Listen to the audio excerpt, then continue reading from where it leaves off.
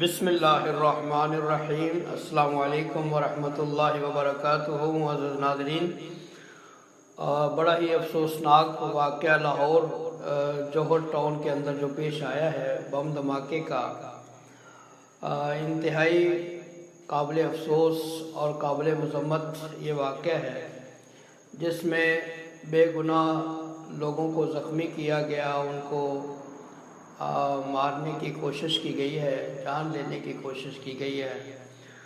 وطن عزیز ملک پاکستان اللہ تعالیٰ کی بہت بڑی نعمت، اور یہ اسلام کا قلعہ ہے، اور پوری دنیا کے مسلمانوں کی امید کی کرن ہے پاکستان۔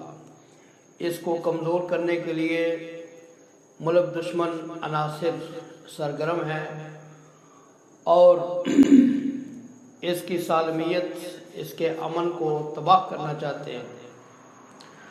ہم اس کی بھرپور مذمت کرتے ہیں اور حکومت سے مطالبہ کرتے ہیں کہ ایسے دہشت گرد عناصر کو فی الفور گرفتار کر کے کیفر کردار تک پہنچایا جائے، اس طرح کے عناصر کی حوصلہ شکنی کی جائے، اور ان کے جو نیٹ ورک ہے ان کو ختم کیا جائے، تاکہ مسلمان اپنے گھروں کے اندر عزت کے ساتھ اور محفوظ طریقے سے زندگی گزار سکے۔ اللہ تعالیٰ نے قرآن کریم کے اندر اس کے بارے میں رہنمائی فرمائی ہے۔ سورہ المائدہ میں فرمایا، انما جزاء الذین یحاربون اللہ ورسولہ ویسعون فی الارض فسادا ان یقتلوا او یصلبوا او تقطع ایدیہم وارجلہم من خلاف او ینفوا من الارض ذلک لہم خزی فی الدنیا ولہم فی الآخرۃ عذاب عظیم۔ وہ لوگ جو اللہ اور اس کے رسول سے جنگ کرنے والے ہیں اور زمین کے اندر فساد پیدا کرنے والے، قتل و غارت پیدا کرنے والے، اللہ تعالیٰ نے ان کی مختلف سزائیں بیان کی ہیں ان کے جرم کی حیثیت کے مطابق۔